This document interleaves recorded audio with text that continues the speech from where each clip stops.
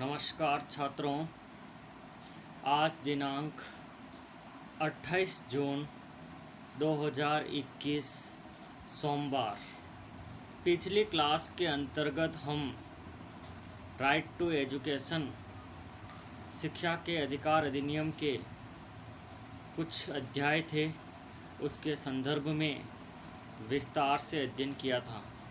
दोस्तों, शिक्षण के कार्य को आगे बढ़ाते हुए आज की इस क्लास के अंतर्गत हम बाल अधिकारों पर अभिसमय यानी कि समावेशी शिक्षा से संबंधित कुछ विशेष अनुच्छेद हैं, उनके संदर्भ में विस्तार से अध्ययन करेंगे।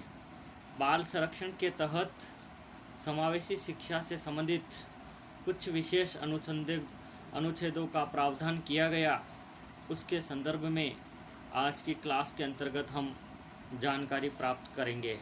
आइए दोस्तों, टॉपिक के ऊपर हम आते हैं।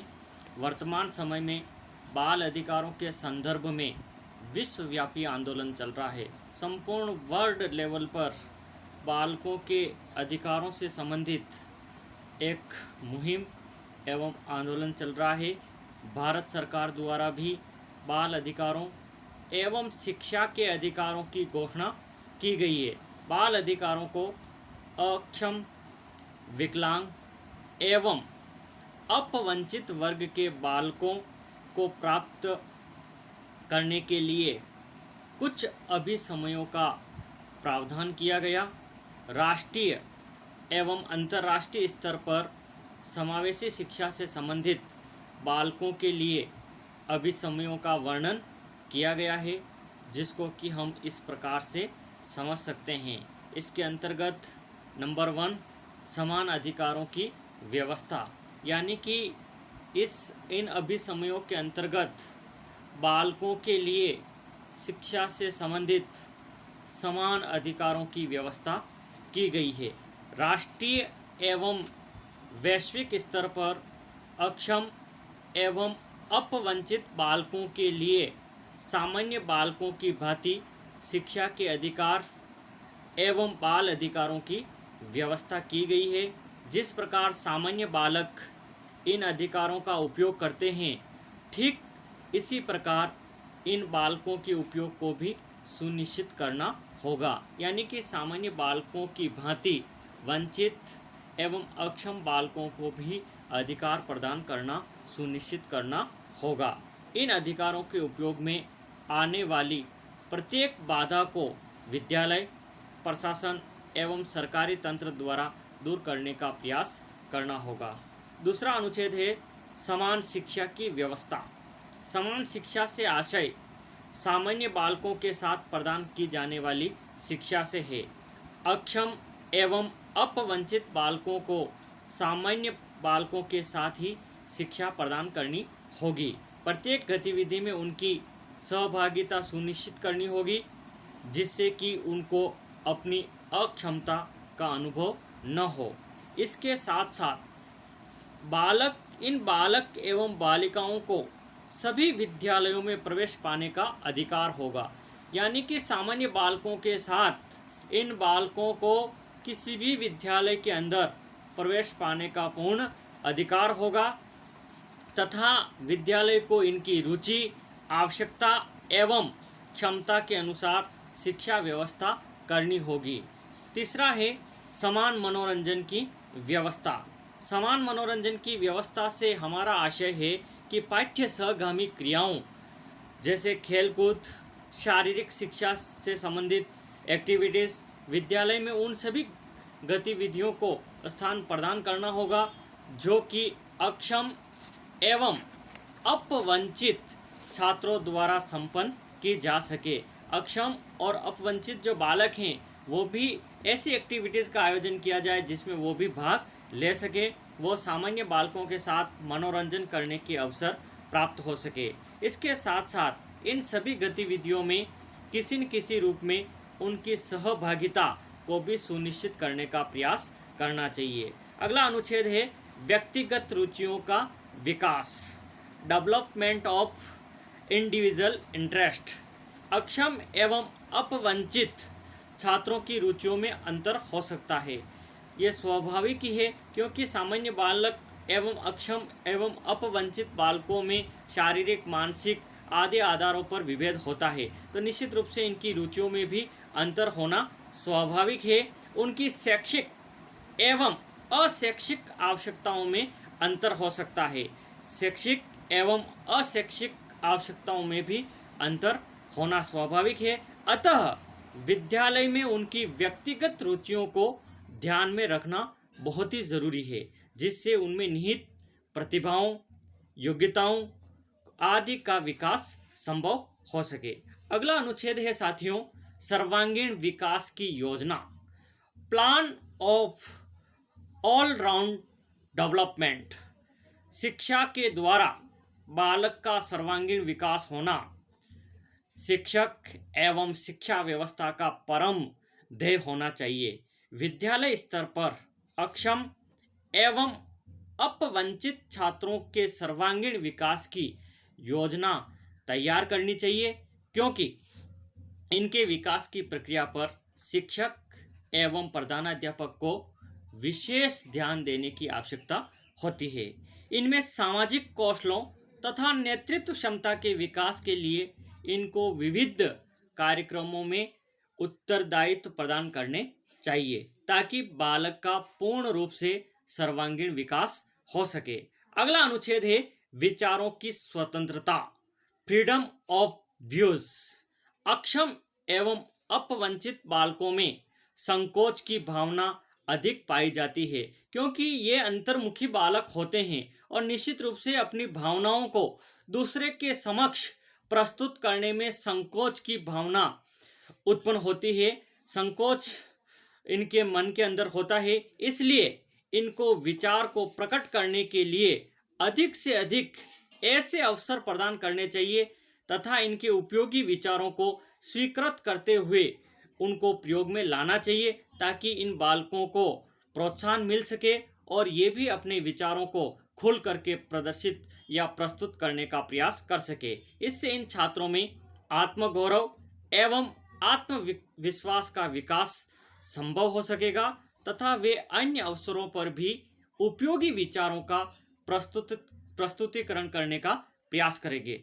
दोस्तों, अगला अनुच्छेद है विद्यालय में सम्मान, क्योंकि यदि बच्चे को विद्यालय के अंदर दुत्कारा जाता है, फटकारा जाता है, तो निश्चित रूप से बालक के आत्मसम्मान को ठेस पहुंचती है और फिर वो बालक खुल करके अपने विचारों को एक शिक्षक के समक्ष प्रस्तुत नहीं कर सकता। अतः विद्यालय के अंदर इन बालकों को पूर्ण सम्मान मिलना बहुत ही जरूरी है। अक्षम एवं अपवंचित वर्ग के बालकों को विद्यालय व्यवस्था में उचित सम्मान मिलना चाहिए। इसके लिए उनको विद्यालय में होने वाले कार्यक्रमों तथा अनेक गतिविधियों में सहभागिता एवं नेतृत्व करने के अवसर मिलने चाहिए। इसके साथ साथ उनके कार्यक्रमों में सहभागिता भी सुनिश्चित की जाए। समय समय पर उनके विचारों, कार्यों एवं सहभागिता के लिए उनको पुरस्कृत करना चाहिए, जिससे उनका आत्मसम्मान जागृत हो तथा वे उपयोगी सिद्ध हो। इस प्रकार का प्रयास किया जाएगा तो निश्चित रूप से समावेशी शिक्षा के विस्तार में हमें बल मिलेगा। अगला बिंदु है दोस्तों, समाज में सम्मान, रेस्पेक्ट इन सोसाइटी। जिस प्रकार से रेस्पेक्ट इन स्कूल के अंदर बालकों का सम्मान होना चाहिए, उसी प्रकार से सोसाइटी के अंदर भी इन बालकों को पूर्ण सम्मान मिलना चाहिए। अक्षम एवं अपवंचित वर्ग के बालकों को समाज में सम्मान प्रदान करने की व्यवस्था करनी चाहिए। जैसे विद्यालय में अभिभावकों की बैठक में सभी अभिभावकों को ऐसे बालकों के प्रति सकारात्मक भाव रखने के निर्देश प्रदान किए जाए, जिससे समाज में ऐसे बालक एवं बालिकाओं को सम्मान मिल सकेगा। इसके साथ साथ सामुदायिक कार्यों में उनकी सहभागिता सुनिश्चित करने पर समाज के व्यक्ति उनकी कुशलताओं से परिचित हो सकेंगे तथा उनको सम्मान मिल सकेंगे। तो निश्चित रूप से समावेशी इन अपवंचित बालकों को शिक्षा के प्रति ये जागरूक होंगे। अगला है समान सहभागिता, इक्वल पार्टिसिपेशन। समान सहभागिता के लिए विद्यालय स्तर पर व्यवस्था करनी चाहिए, जैसे कक्षा संबंधी गतिविधियों में सहभागिता, अनुशासन संबंधी नियमों के निर्धारण में सहभागिता, विद्यालय व्यवस्था के निर्माण में सहभागिता तथा शिक्षण अधिगम प्रक्रिया में सहभागिता आदि इन एक्टिविटीज़ में इन बालकों की पूर्ण रूप से सहभागी इनको बनाना चाहिए। इस प्रकार के अनेक प्रयासों से अनेक क्षेत्रों में अक्षम एवं अपवंचित बालकों की सहभागिता सुनिश्चित करने के प्रयास करने चाहिए। अगला है बिंदु दोस्तों, आत्मविश्वास की भावना का विकास। अक्षम एवं अपवंचित बालकों के कार्य एवं व्यवहार में यदि कहीं पर भी त्रुटि दृष्टिगोचर होती है तो शिक्षक द्वारा उनको सकारात्मक रूप से स्वीकार करते हुए उसमें सुधार करना चाहिए। यदि ये बालक कोई गलती करते हैं तो इसको टीचर को एक पॉजिटिव व्यू में उसको स्वीकार करना चाहिए और उसमें सुधार करने का प्रयास करना चाहिए। यदि इन बालकों को प्रताड़ित किया जाएगा तो उनके मन में आघात पहुंचेगा तथा आत्मविश्वास जागृत करने के लिए शिक्षक को समय समय पर उनकी सहायता करनी चाहिए। यदि इस प्रकार का प्रयास करेंगे तो निश्चित रूप से शिक्षा के प्रति ये बालक प्रोत्साहित होंगे। अगला ही बिंदु है विशेष देखभाल की व्यवस्था। Arrangement of special caring. अक्षम एवं अपवंचित बालकों की देखभाल की व्यवस्था विशेष रूप से करनी चाहिए, क्योंकि उनके कोमल मन पर शीघ्र ही आघात पहुंच सकता है। इसलिए सरकार द्वारा, स्वयंसेवी संगठनों द्वारा उनकी आवश्यकता के अनुरूप आर्थिक एवं अन्य सुविधाएं प्रदान की जाती है। अगला बिंदु है आत्मनिर्भरता का विकास। Development of self dependence. अक्षम एवं अपवंचित बालक बालिकाओं में आत्मनिर्भरता का विकास करना चाहिए। इसके लिए उनको उनके अधिकारों एवं कर्तव्यों दोनों से ही परिचित कराना चाहिए। इसके साथ साथ अभिभावक, शिक्षक एवं समुदाय के अन्य व्यक्तियों को अक्षम एवं अपवंचित बालकों के प्रति निर्वहन करने वाले दायित्व के विषय में समझना चाहिए। इससे इन बालकों के विविध कौशलों का विकास होगा, समाज में उनको प्रत्येक जगह सम्मान प्राप्त होगा तथा उनकी आत्मनिर्भरता में वृद्धि होगी। इस प्रकार के प्रयास करने से भी शिक्षा के प्रति इनका रुझान ज़्यादा बढ़ेगा। अगला बिंदु है पूर्वाग्रहों का उन्मूलन। प्राय यह माना जाता है कि अक्षम एवं अपवंचित बालक बालिकाओं में योग्यताओं एवं क्षमताओं में कमी होती है। इस पूर्वाग्रह को समाज से हटा देना चाहिए, क्योंकि चाहे ये अक्षम है, विकलांग है, लेकिन ऐसे कई बालक होते हैं जिनमें क्रिएटिविटी की भावना होती है, सृजनात्मकता होती है। शिक्षक एवं समाज को इसको पहचानना होगा, इनके अंदर भी खूबियाँ होती है, लेकिन समाज इनको अपवंचित या अक्षम मान करके इनकी काबिलियत के ऊपर ध्यान नहीं देते, शिक्षक भी नहीं देते हैं, तो इनकी जो एबिलिटी होती है वो इनके अंदर ही रह जाती है।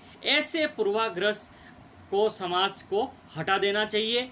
इसके लिए उन बालकों के साथ पूर्ण प्रयास करने चाहिए तथा उनकी योग्यताओं एवं प्रतिभाओं को निखारने में विद्यालय व्यवस्था को पूर्ण सहयोग देना चाहिए, जिससे ये सिद्ध हो सके कि अक्षम एवं अपवंचित बालक भी सामान्य छात्रों की भांति अपना कार्य संपन्न कर सके तथा उनसे भी आगे जा सकते हैं। ऐसे हमारे समाज एवं राष्ट्र के अंदर कई उदाहरण हैं कि ऐसे अपवंचित या अक्षम बालकों को सही मार्गदर्शन मिला तो निश्चित रूप से आज ऐसे व्यक्ति राष्ट्र की सेवा में अपना महत्वपूर्ण योगदान प्रदान कर रहे हैं और देश के अंदर उच्च प्रशासनिक पदों पर आसीन है। तो निश्चित रूप से समाज के द्वारा ये जो विशेष अनुच्छेद दिए गए हैं, यदि इनका पूर्ण रूप से विद्यालय व्यवस्था के अंदर उपयोग किया जाए तो निश्चित रूप से ऐसे बालकों को शिक्षा के प्रति जोड़ सकेंगे, साथ ही इनको प्रोत्साहित करके शिक्षा के क्षेत्र में कई गुना हम आगे बढ़ा सकते हैं। इसका अंतिम अनुच्छेद है दोस्तों,